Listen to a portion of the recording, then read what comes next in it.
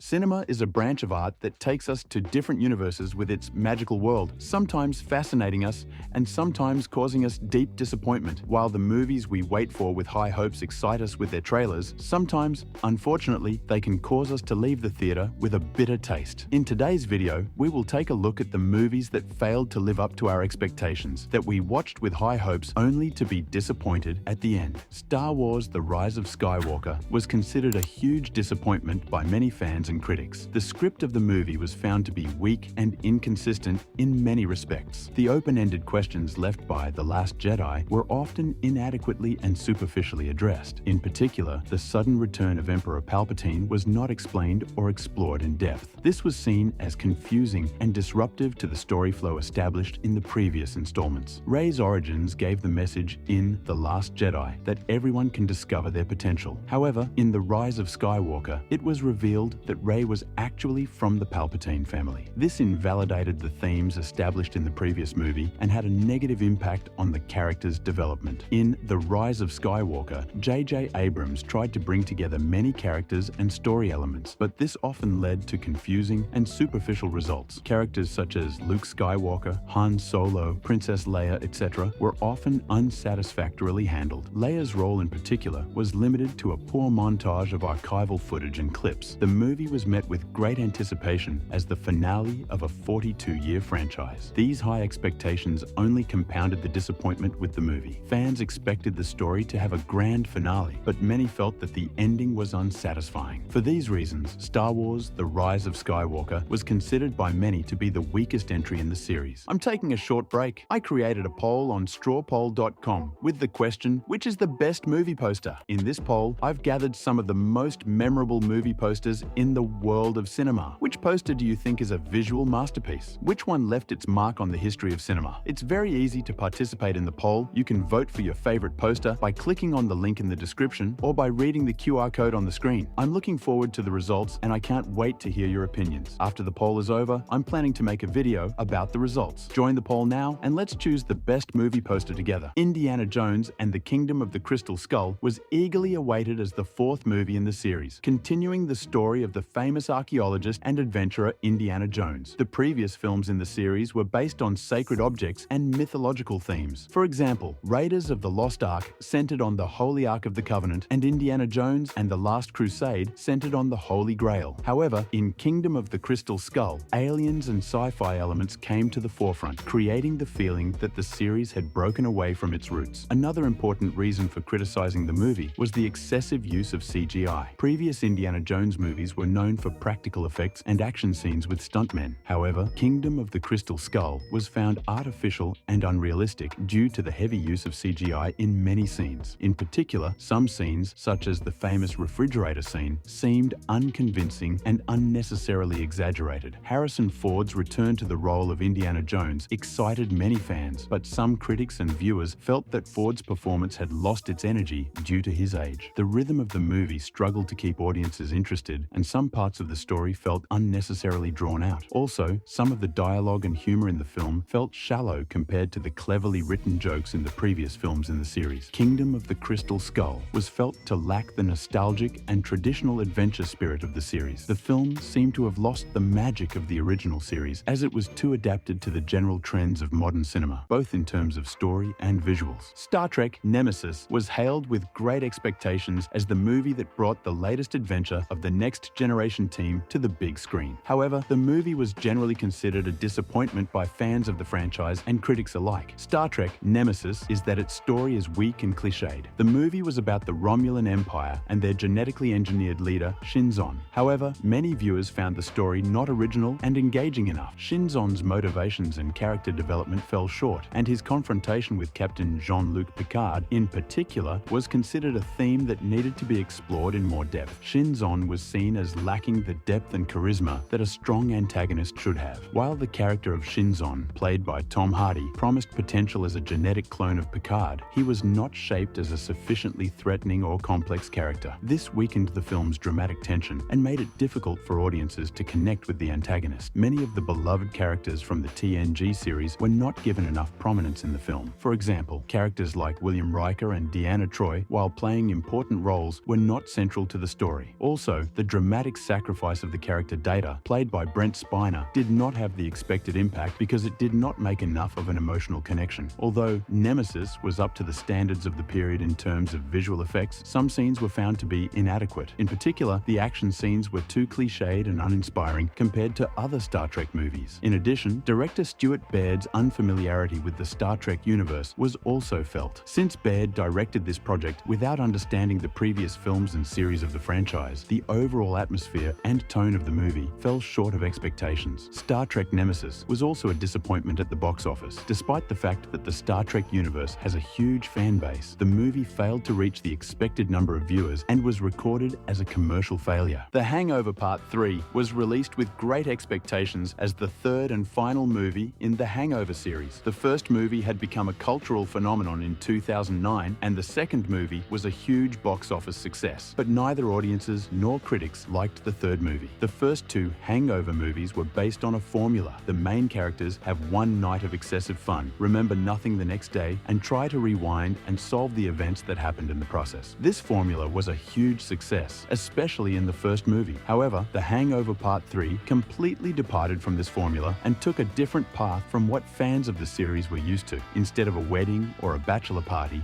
this time the movie focused on a crime comedy theme, a change that was negatively received by many viewers. This change in the third film took away from the humorous, absurd, and entertaining nature of the series. In particular, the funny and light plot was replaced by a more serious and dark story, which did not meet the expectations of the audience. While many fans expected more laughs and fun in the movie, they didn't get enough of it. The dynamics of the Wolfpack group in the first two movies was one of the main reasons for the movie's success. However, the interactions between the characters in the third movie were less engaging and entertaining. The characters of Alan, Phil, Stu, and Doug showed less development in this movie, and their relationships were more superficial. While the first two films in the series were huge box office successes, The Hangover Part 3 failed to perform as expected at the box office. The movie was particularly disappointing in the North American market and failed to maintain the popularity of the previous films. Terminator: Dark Fate was released as the highly anticipated sixth installment in the Terminator franchise. With the return of James Cameron as producer and the reunion of the original stars of the series, Arnold Schwarzenegger and Linda Hamilton, many fans and critics hoped that this movie would return to the spirit of the series. However, the movie failed to live up to expectations at the box office and with critics. Dark Fate was set up as a direct sequel to Terminator 2: Judgment Day and ignored the sequels since the third movie in the series. Although this decision was welcomed by some fans, the storyline did not have the expected impact. The movie dramatically ended John Connor's story and introduced a new main character, Danny Ramos. However, the premature death of John Connor and the introduction of Danny as the new savior was a difficult change to accept for many viewers. The move sparked a huge controversy among longtime fans of the franchise. The fact that Cameron was only involved in the project as a producer, while Tim Miller directed the movie, made it feel like Cameron's original vision as a director was missing. In many ways, the sixth movie repeated the story structures of the previous films in the series. Once again, we are faced with a warrior sent back in time to protect a future resistance leader and an advanced Terminator hunting them. This repetition was considered by audiences as a lack of creative innovation. The movie relied excessively on elements of nostalgia. The return of Linda Hamilton as Sarah Connor and the appearance of Arnold Schwarzenegger as a Terminator were used to attract old fans. However, these nostalgic elements prevented the movie from being able to stand on its own 2 feet, and it felt like a rehash that failed to offer anything new. This made the movie unsatisfying even for old fans. The failure of the movie to achieve the expected success at the box office was a huge disappointment for both movie studios and fans. The movie grossed around $250 million worldwide, but this was not enough to cover the film's high production costs and marketing expenses. The box office failure put the sequel and the future of the franchise at serious risk. Batman and Robin was released as the fourth film in the Batman film series and was directed by Joel Schumacher. Batman and Robin is considered one of the worst productions in the history of not only the Batman franchise, but superhero movies in general. Following Tim Burton's dark and gothic style, the first two Batman movies were well received by critics and audiences alike. However, the change in tone that started with Batman Forever reached its climax in Batman and Robin. The film completely moved away from the dark atmosphere of the previous films and took on a more colorful, exaggerated, and campy tone. This change was seen by many fans as undermining the seriousness and dark nature of the Batman character. The acting performances in the film, particularly Arnold Schwarzenegger's Mr. Freeze and Uma Uma Thurman's Poison Ivy were considered overly exaggerated and artificial. Schwarzenegger's character was portrayed as a cartoonish villain whose almost every line was based on some kind of bad pun. This prevented the character from being threatening and made him an antagonist who could not be taken seriously in the movie. George Clooney's performance as Batman lacked the charisma and depth of the character, and Clooney's performance was considered one of the weakest of his career. The script lacked depth, and the motivations of the characters were not convincing enough. There was a lack of balance between the numerous characters and side stories, which made it difficult for the audience to establish an emotional connection throughout the movie. The film was also heavily criticized for its visual design and costumes. The overall aesthetic of the film was full of exaggerated neon colors, overly stylized costumes, and unnecessary details. Batman and Robin's costumes were particularly ridiculed for their controversial details, dubbed bat nipples. These design choices undermined Batman's seriousness and intimidating image. Joel Schumacher's direction style was one of the most criticized aspects of this film. Schumacher aimed to make the film more family-friendly, colorful, and fun in tone to appeal to a wider audience. However, this approach was seen as contrary to the essence of Batman and the expectations of fans. The film also failed to achieve the expected success at the box office. The commercial failure of the film, coupled with negative reactions from critics and audiences, led Warner Brothers to cancel the sequels planned at the time. The film made the worst movie lists and was nominated in negative categories at many award ceremonies. After this film, the Batman franchise was paused for an extended period of time and put on hold until it could be picked up again with Christopher Nolan's Batman Begins. Rocky V was released in 1990 with great expectations as the fifth movie in the famous Rocky series. The film had a much darker and dramatic tone compared to the previous films in the series, whereas the first four movies had been about Rocky Balboa's rise as an underdog and the theme of perseverance and success. In Rocky V, Rocky is faced with serious financial and health problems. His forced retirement from boxing due to brain damage centers on the character's decline and plight. This dramatic change was seen by many fans as not in the spirit of the franchise, and audiences were disappointed to witness Rocky's fall instead of watching him rise back to the top. While the previous films in the series climaxed with a big boxing match, Rocky V ends with a street fight. This finale was considered weak and unsatisfying by many fans and critics. Replacing a big match in the ring, this street fight was far from one of the iconic moments of the series. And while audiences expected Rocky to fight in a manner befitting his former glory days, this final scene did not live up to the legacy of the series. Rocky V is full of references to the first movie in the series. Rocky's return to his old neighborhood, Mickey's spirit, and references to past events were used to create a sense of nostalgia. However, these nostalgic elements were seen by audiences as an artificial effort to prop up a weak story. Nostalgia was not enough to save the movie and could not cover up the shortcomings of the story. The film received mixed reviews from critics but was generally received negatively. Critics found the film's dramatic structure and the story of Rocky's fall not strong enough. Also, the movie did not achieve the expected success at the box office, which was part of the overall disappointment. Sylvester Stallone, years later, speaking about Rocky V, admitted that the movie did not satisfy him and was not in the spirit of the franchise. Stallone said that Rocky V did not tell the story he had originally planned as part of the series well enough. Such admissions provide important context for understanding why the movie was a disappointment. Space Jam: A New Legacy was a highly anticipated sequel to Space Jam, which was released in 1996 and gained worldwide popularity. Starring LeBron James in the lead role, this movie aimed to appeal to a new generation of viewers with both nostalgia and a modern touch. The movie was criticized by many critics and audiences for having a weak story and script structure. The main story of the movie is about LeBron James playing a basketball game with Looney Tunes characters to save his son Dom in a digital world. However, many found the story disorganized and lacking in depth. The simple but effective story structure of the original movie has given way to a much more complex and sometimes difficult to understand narrative in this sequel. In particular, the movie shows an excessive focus on the various popular brands and intellectual properties owned by Warner Brothers characters and themes from many different universes such as The Matrix, Harry Potter, Game of Thrones, DC Comics, and many others are featured in the movie. This turns the movie into more of a Warner Brothers promotional platform and pushes the main story into the background. Although LeBron James is a sports icon known for his achievements on the basketball court, his acting performance was criticized in the film. James's acting was considered artificial and unnatural by many viewers. This diminished the impact of the emotional connections and comedic elements in the film, making it difficult for audiences to connect with the movie. CGI was used extensively in the film, but this was accused by critics of being being visually overdone and creating a sense of artificiality. Much of the movie takes place in the digital world and under the influence of social media. The movie is about LeBron James's son's interest in video games and his being trapped in the world of social media. However, many viewers found this theme superficial and didactic. The centrality of the digital world limited the story's potential to be more universal and timeless. Although the movie was released during a difficult period due to the pandemic, it failed to achieve the expected success at the box office and fell short of expectations in terms of box office performance. Wonder Woman 1984 was released in 2020 with great expectations as the sequel to Wonder Woman, which was a huge success in 2017. In the first movie, the character of Wonder Woman, played by Gal Gadot, received praise from both critics and audiences as a strong female superhero. However, Wonder Woman 1984, especially with its release during the pandemic period and meeting with the audience on different platforms, was considered a disappointment by many. The movie is about Diana Prince's adventure set in the 1980s, and the story revolves around a mystical stone that grants wishes. This stone has the power to give people anything they want, but at a heavy price. This kind of story element was considered cliched and superficial by many viewers and critics. Also, the overall script of the film was criticized for inconsistencies between the development of events and the motivations of the characters. In particular, the character of Maxwell Lord, the main antagonist of the story, and his plans for the stone were considered weak and unconvincing by many, while the original Wonder Woman movie had a dark and dramatic story set during World War I. Wonder Woman 1984 is much lighter, brighter, and full of 80s aesthetics. In an effort to be lighter and funnier, the movie seemed to lose the depth and dramatic impact of its predecessor. The reappearance of Steve Trevor's character in Wonder Woman 1984 was a major point of contention in the movie. Trevor had died a dramatic death in the first movie, and this had played an important role in Diana's character development. However, the return of Steve Trevor in this movie was considered by many to be a forced and unnecessary story element. Also, the method used for Steve's return, i.e. coming back in another person's body, was considered ethically and narratively problematic. Although the character of Cheetah, played by Kristen Wiig, was presented as an important antagonist of the movie, the character's development and place in the story was not strong enough. Barbara Minerva's transformation into Cheetah was seen as rushed and superficial. Audiences expected this character to be fleshed out and presented as a stronger opponent. The movie has a running time of around 2.5 hours, and this long running time negatively affected the rhythm of the movie for some viewers. In particular, the slow pace of events in the first half of the movie and the unnecessary prolongation of some scenes caused viewers to lose interest. The film was released at a time when movie theaters were operating with restrictions due to the pandemic and was released on digital platforms at the same time. This not only negatively affected the film's box office performance, but also changed the audience experience. Many viewers watched the film at home instead of in theaters, which diminished the overall impact of the film. While the message at the end of the film focused on truth and honesty, the way this message was communicated and its incompatibility with the story was criticized. These thematic contradictions diminished the impact of the movie's main message and left audiences unsatisfied. Pirates of the Caribbean: Dead Men Tell No Tales. The fifth movie in the popular Pirates of the Caribbean franchise was released with great expectations. The movie was considered to have a complex and weak story structure. The movie follows Jack Sparrow as he once again escapes from a cursed enemy and searches for Poseidon's trio. However, many viewers found the script incoherent and lacking in depth. The cleverly written dialogue and complex storylines seen in the previous films in the series gave way to a simpler and more predictable narrative. The character of Jack Sparrow, played by Johnny Depp, was widely acclaimed in the previous films in the series and became a cultural icon. However, in Dead Men Tell No Tales, Jack Sparrow's character is presented as a more cartoonish and tired figure, a far cry from the charismatic and intelligent pirate of the previous films. This change caused the character to lose its charm, and many viewers felt that Jack Sparrow had lost his magic. The film was conceived as a kind of farewell to important characters from the previous films in the series. The stories of characters like Will Turner and Elizabeth Swann were ended. However, their roles in the movie were quite limited and did not contribute meaningfully to the story. On the other hand, the new characters introduced in the movie, Henry Turner and Karina Smith, failed to make a strong connection with the audience. The fact that the new characters were not interesting enough negatively affected the overall success of the movie. Captain Salazar, played by Javier Bardem, was the main antagonist of the movie. However, the character of Salazar was weak compared to the iconic villains of the previous films, such as Davy Jones or Hector Barbossa. Salazar's motivations and character development were not convincing to the audience. In addition, Salazar's CGI-generated appearance diminished the character's impressiveness and intimidation, leading to audience disappointment. While the previous films in the series successfully blended dark and gothic elements, the balance was not fully achieved in this movie. On the one hand, the movie tries to have a lighter and funnier tone, but on the other hand, it also has dark and dramatic elements. However, the lack of a consistent transition between these two tones negatively affected the overall atmosphere of the movie. Although the movie had some success at the box office, it underperformed compared to the huge success of the previous films in the series. Ant-Man and the Wasp: Quantumania was released in 2023 as one of the important films of the Marvel Cinematic Universe. However, the movie did not receive the expected positive feedback from both critics and audiences and was considered a disappointment by many. The movie received a lot of criticism in terms of story and script. The movie is about Ant-Man and his team's journey to the quantum universe. Despite the presence of an important character like Kang the Conqueror at the center of the movie, the story was found complex and not compelling. The script, especially the narrative structure, was incomplete and disjointed, which made the audience unable to fully connect to the story throughout the movie. Kang the Conqueror, played by Jonathan Majors, was introduced as one of the MCU's future big baddies. However, Kang's character in Quantumania did not have the expected impact. While Kang is known as an extremely powerful and menacing foe in the comics, it was criticized that the character's potential was not fully utilized in this movie. Also, Kang's motivations and actions were not convincing enough for the audience. Audiences were disappointed that an important character like Kang was weak compared to other big villains in the MCU. The quantum universe was seen as a universe with great unexplored potential in the MCU. However, the exploration of this universe in Quantumania was not satisfying for the audience. While the quantum universe was expected to be visually engaging and unique in the movie, many felt that it was not presented creatively enough. The lack of more information about the rules and workings of the quantum universe left audiences confused. MCU movies are often known for their impressive action sequences. However, in Quantumania, the big battle scene at the end of the movie was considered weak and unsatisfying by some viewers. Also, the heavy use of CGI and the loss of realism in some scenes diminished the impact of the action scenes. The movie was unclear as to where exactly it fit into the overall storyline of the MCU. Although Quantumania introduced a big bad in Kang the Conqueror, it was unclear how much he contributed to the overall MCU story and how he laid the groundwork for subsequent films. The success of the previous MCU films and their anticipated publicity campaigns had a negative impact on the movie's impact on the audience. Alien Resurrection is the fourth movie in the Alien series that Ridley Scott started in 1979. The movie met the audience with great expectations after the first three films. However, it received serious criticism in terms of script and story structure. The movie is about Ripley being cloned and brought back and encountering a new alien species. A major event like Ripley's cloning was handled in a way that was far from providing the audience with the dramatic effects of the first three films. In addition, the plot and character motivations in the movie often contained logic errors and inconsistencies. The new alien species introduced in the movie and its characteristics were not appreciated by many viewers. The new alien species was genetically modified and quite different from the aliens of the previous films. This change was considered by many not as a creative innovation, but as a version of the franchise that had lost its soul. The movie was weak in terms of action and horror elements compared to the previous films. The first three movies were successful in creating fear and suspense, and the action sequences were quite impressive. However, in Resurrection, many of these elements lost their impact and were found to be not scary enough. Alien Resurrection. It was directed by Jean-Pierre Jeunet and written by Joss Whedon. Jeunet's direction and Whedon's screenplay differed from the tone and style of the previous films in the series. Jeunet's style was often dark and stylized, while the humorous and absurdist elements in Whedon's script were found by many viewers to be incompatible with the overall atmosphere of the series. These creative changes made the film incompatible with the other three films. Furthermore, despite the fact that this movie features technology from the late 1990s, some of the visual effects and the use of CGI were inadequate by modern standards. In particular, the design and effects of the alien creatures had lost the impressiveness of the previous films. The character of Thor has evolved over time in the Marvel Cinematic Universe. In the first 2011 Thor movie, the character was introduced as a classic hero. However, with 2017's Thor: Ragnarok in 2017, Taika Waititi completely changed the tone of the character and presented a more humorous, colorful Thor. This new approach received positive feedback from both critics and audiences. Released in 2022, Thor: Love and Thunder aimed to continue this successful formula. However, the movie was disappointing for many viewers and critics. With Ragnarok, Taika Waititi brought an unprecedented sense of humor to Marvel movies. But in Thor: Thor: Love and Thunder, this sense of humor went too far for many viewers. The jokes in every scene weakened the impact of the serious moments and downplayed the dramatic moments. Even the tragic events Thor faced were treated humorously, which made the character lose the depth we had seen in the previous films. Audiences criticized this tonal confusion, struggling to find balance, and felt that the humor in the film overwhelmed the dramatic narrative. The film exhibited a great tonal imbalance. On the one hand, the film aimed to present a fun and colorful adventure, while on the other hand, it tried to deal with serious and dark themes. This imbalance made it difficult for audiences to connect emotionally with the film. The character Gorr's potential was not fully utilized, which both weakened the depth of the story and negatively affected the overall atmosphere of the movie. The character of Thor went through great personal growth in the previous films, but in Thor: Love and Thunder, some of this development was put on the back burner. The lessons Thor learned and the tragedies he experienced in previous adventures were not adequately reflected in the movie. Also, the return of Jane Foster as Thor, played by Natalie Portman, was highly anticipated, but the character's story felt rushed and superficial. While Jane was expected to make a strong return, the emotional depth of the character was not sufficiently explored, which was disappointing for audiences. Gorr the God Butcher, played by Christian Bale, was one of the elements of the movie with the most potential. However, Gorr, a very menacing and dark figure in the comics, was not portrayed strongly enough in the movie. Gorr's motivations and backstory were dealt with in a brief and sloppy manner in the movie. The character's limited screen time and the lack of in-depth storytelling meant that audiences did not fully feel Gorr's menace. The script of the movie tried to bring together many different themes that did not fit together. On the one hand, Thor's inner journey and love life were explored, while on the other hand, Gorr's war against the gods was tried to be told. However, when these two main stories came together, they could not form a coherent whole. Also, the pace of the movie was uneven, and some scenes felt overlong. These weaknesses in the script negatively affected the overall structure of the movie and caused the audience to tune out. The first two Spider-Man movies were huge successes under the direction of Sam Raimi. Released in 2002, Spider-Man and Spider-Man 2 in 2004 received critical and audience acclaim. The character of Peter Parker, played by Tobey Maguire, was loved by comic book fans and the general audience. However, Spider-Man 3, released in 2007 despite great expectations, failed to repeat the success of the previous films and disappointed many viewers. One of the biggest problems of Spider-Man 3 was that there were too many characters and story elements in the movie. In the first two movies, Peter Parker's personal development and his struggle with his enemies were presented in a certain balance. However, in the third movie, three major enemies such as Venom, Sandman, and New Goblin were introduced at the same time. Each of these characters was left superficial instead of being fleshed out in depth, making the story feel disjointed and rushed. Fans were especially disappointed that Venom, despite his popularity in the comics, failed to live up to expectations in the movie. Sam Raimi, as the creative mastermind of the Spider-Man franchise, had a lot of creative freedom in the first two films. However, in Spider-Man 3, Sony Pictures' insistence on including the character Venom in the movie led to serious differences of opinion between Raimi and the studio. Raimi originally wanted to focus on the character Sandman, who had appeared in previous films and whose story could be deepened. Under pressure from the studio, the character of Venom was included in the movie, which negatively affected Raimi's creative vision. The previous two films offered emotional depth by focusing on Peter Parker's personal struggle. Spider-Man 3, on the other hand, remained superficial in dealing with Peter's darker aspects and inner conflicts. The effects of the black suit on Peter were glossed over with a cliched narrative, even though the character should have experienced a darker transformation. In particular, scenes such as Peter's famous Bad Peter dance scene lacked seriousness and character development for the audience. This caused the tone of the movie to be confused. The script and dialogues in Spider-Man 3 were also subjected to significant criticism. The pace of the movie was uneven, and some scenes were unnecessarily prolonged. The dialogue, especially in the romantic scenes between Peter and Mary Jane, was shallow and forced. The dramatic moments of the story were not handled effectively enough, which weakened the audience's emotional attachment to the movie. These weaknesses in the script severely damaged the overall quality of the movie and diminished the enjoyment of the movie. The movie debuted as a movie with great expectations, but due to various factors, it failed to live up to those expectations. For many viewers, Spider-Man 3 was remembered as a sequel that failed to realize the full potential of the franchise. Yes, I think I told you detailed information about the most disappointing movies. So which movie is the most disappointing to you? I would be happy if you indicate in the comments. You can also write me your video content ideas in the comments. I hope you enjoyed my video. If you liked it, you can like my video. Until I see you in my next videos.